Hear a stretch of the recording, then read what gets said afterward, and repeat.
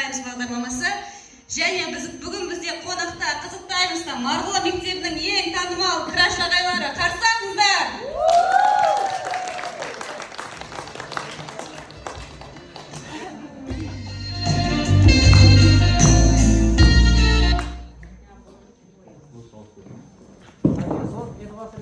Hey, I'm tripping, I'm sliding, I'm riding back like Hey, I'm tripping, I'm sliding, I'm riding back like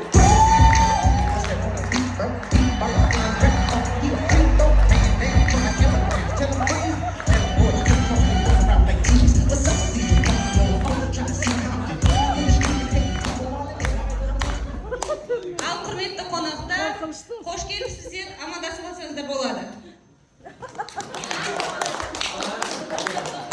Амандасып болсаңыздар, жасыл диванымызда отырсаңыздар.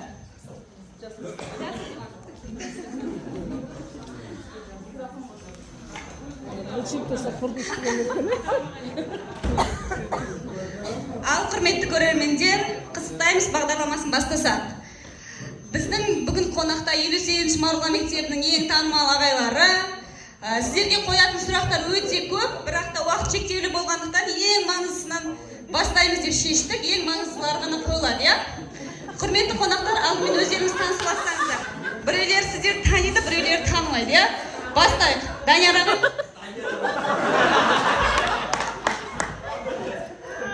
Ассалаумағалейкум. Құрметті қонақтар, мен сол Марғұлан мектебінің ең ұзын спортшы, баскетболист, ең мықты әрі әзілқой Данияр ағайларыңыз болады.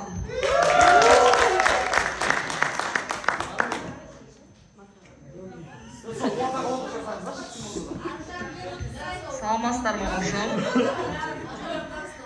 Менің есімім Қазбек ағай. Информатика пәні мұғалімінің өте серьезный ағайым. Ассалаумағалейкум, құрметті қонақтар, қош келіпсіздер. Мен математика пәні мұғалімі. Қыздардың крашы Жаслан.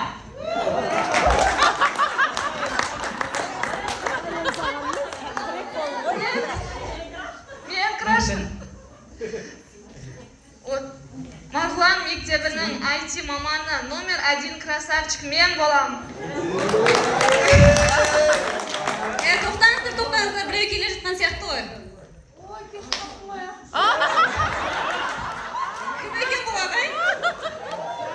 Ассалаумағалейкум. Бақтияр ағайларыңызбын ғой?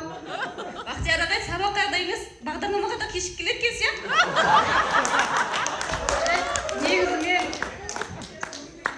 Негізі мен андай машина бизнесім бар ғой. Әуре болып кешіп қалдым, мен айып етпейсіздер. Болды, айып етпейміз. Кім қалды таныстырмаған өзін? Кім қалды?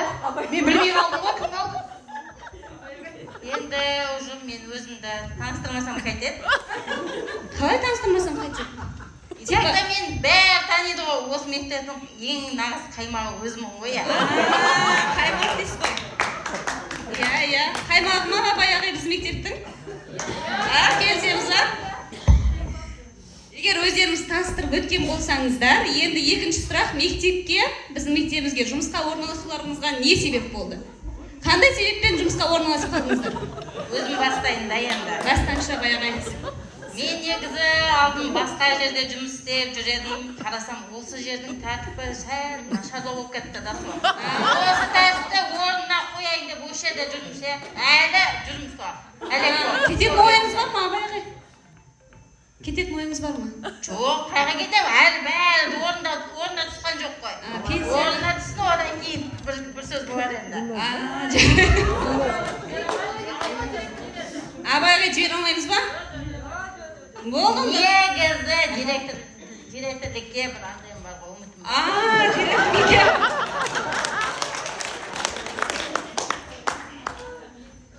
Мен негізі бұл мектепке директор болуға келіп едім. Директор лауазымы бос болмағандықтан уақытша IT маманы болып жүрмін. Болашақта директор боламын. Қолына қойып, болашақ директор.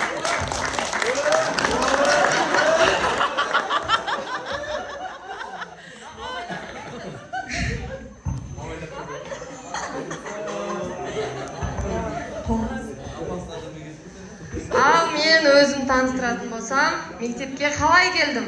Өзімнің мектебім бітіріп кеткен. Сол негізгі мен мамандығым аспаз мамандық. Сол мектептің айналасына өтіп бара жатсам, мектепте кастинг болып жатыр екен. Сол ең ұзын деген мұғалімді дене шынықтыру пәнін етіп алайын деп отыр екен.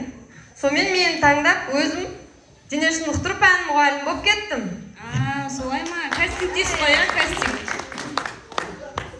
Мен де осы жерге сразу қосылып қосылайын. Бақтияр ағайларыңызбын ғой. Мен де дене шынықтыру пән мұғалімімін. Бір күн шайханада отырсақ, Данияр ағай айтады, мен мектепке жұмысқа кіріп кеттім дейді. Сөйтіп, қалай кірдіңіз десем, бой ұзындарды шақырып жатыр екен да. Сөйтіп, мен де бойым ұзын емес па дедім да, Данияр ағай. Сөйтіп кіріп кеттім мен де, бірақ бизнесім бар өзімнің атак. Сол үшін келісіп жүрсіз ба сабаққа? Ал енді мен жұмысқа орналасқанды айтатын болсам, мен негізі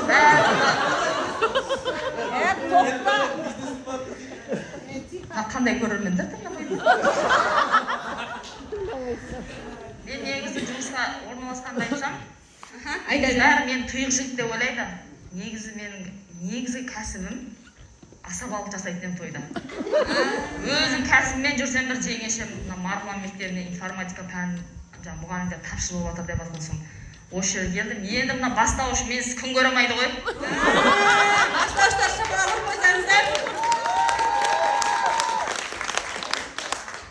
Ал менің мектепке келу негізгі себебім, мен негізі өзім өте жалқау адаммын.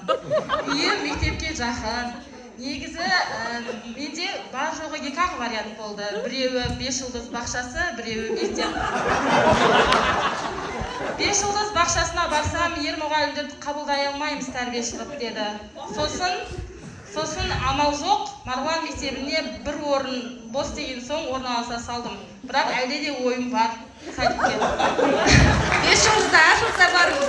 Бірақ Құдайға шүкір, қазір мектептегі ағайлардың ішіндегі ең крашы мен. Қыздардың. Келсеміз ба краш ағайға? Көзі қысылмай жатты. Иә, бір көзіміз қысып қоя салайық енді. Енді өздеріңізді таныстырып, мектепке қалай кіргендеріңізді айтқан болсаңыздар, бізде бағдарламамыздың ең қызықты бөлімі иә жоқ айдары. Иә жоқ айдарына кезікпедейік. Қазір бізде белгілі бір жағдайлар болады. Егер бастарыңыздан өтсе, иә деген бетті көтересіздер, егер өтпеген болса жоқ деген, иә? Так, бірінші жағдай. Мен себепсіз жұмысқа кешіге беремін. Бақтияр аға, иә десеңші, иә. Я не үшін кешігесіз? Сол бизнес па? Я сол бизнес қой. Если что, обращайтесь, машина керек болса айтамын. Болды. Так, екінші жағдай. Жұмысқа алғаш кіргенде басшылардан әлде бір құжатты алып кел деп жұмсаған. Бірақ оның қандай құжат екенін сұраудың орнына мектепті кешке дейін айналып кешке таппай келген. Қазыбек ағай, не істеген сонда? Айтып жіберсеңіз анықтырақ. Сондай бар енді. Алғаш жұмысқа кіргенімде Жарқын апай жұмсалған ғой құжатқа. Сөйтіп енді мен жаңадан келген мына мектепті білмеймін, құжат қайда екенін апайдан сұрауға ұялып, кешке дейін айналғаным бар енді. Соны сұрай замапсыз да, иә? Қазір де айналып жүрген шығарсың, может? Тоқтаттыңыз ба айналып? Жоқ, қазір орнымызда таптық қойғанбыз. Таптыңыз ба, жақсы екен. Так, үшінші жағдай. Маска шоуда қолыма қолғап киюді ұмытып, бір шеттен ақ не екенімді біліп қойған.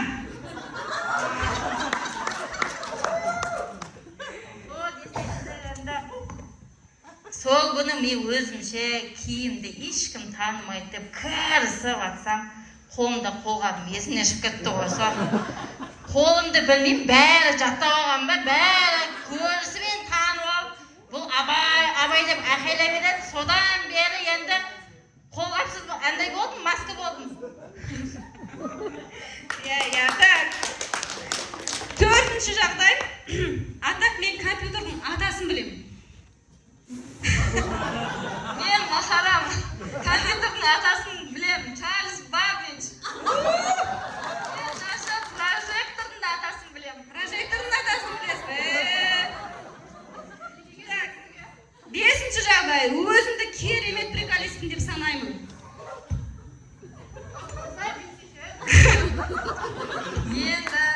әзілдерім всегда өтеді ғой. Оның барлығы мына жерде мұғалімдер ойындайды, я?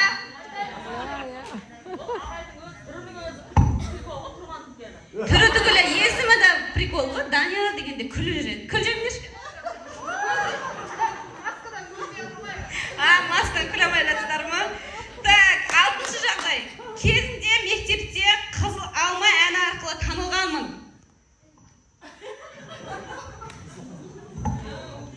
Қызыл алма әні арқылы танылғанмын. Осы сахнаның жұлдызы болғам. Başımda kızıl alma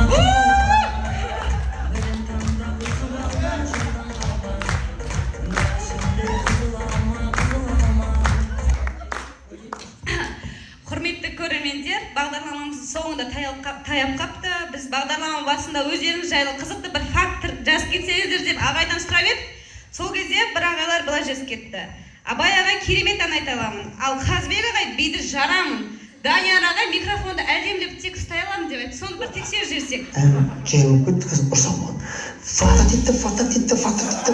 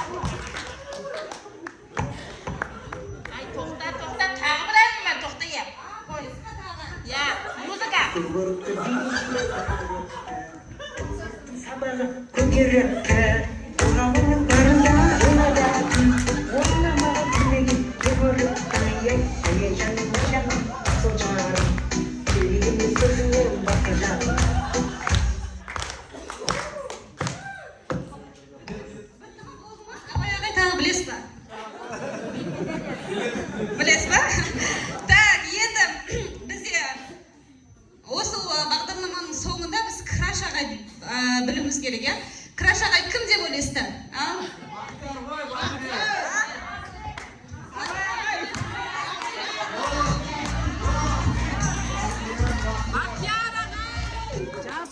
Так, енді бұны біз бұлай анықтай алмаймыз, я? Сахнаға өздеріңізге ұқсайтын ағайлар отыр ау деймін. Соларды шақырып келіп, Краш көзқарас айдарын жасап жейдік.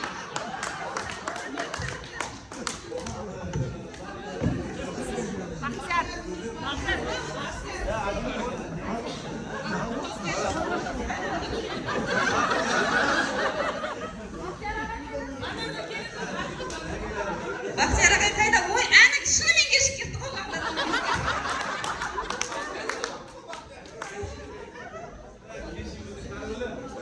Бір-біреуден істейміз, ортаға біреу тұрасыз тек.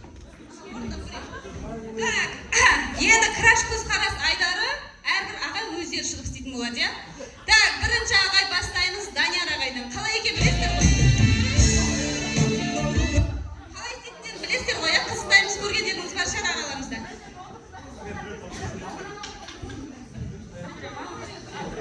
Бірінші ағай кім бастайды? Махарам ағай, қызықтаймыз көргенсіз ғой, я? Бірінші артқарап тұрасыз. Сосын сөйтіп Краш көзіңізбен қарайсыз.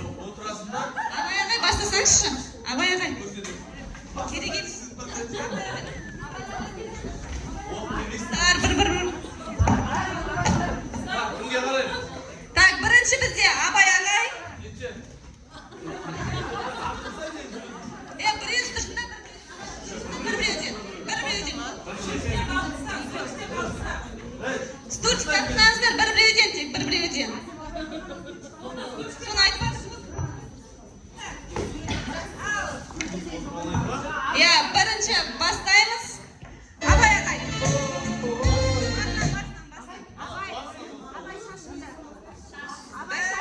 Бір, екі, үш, кетті.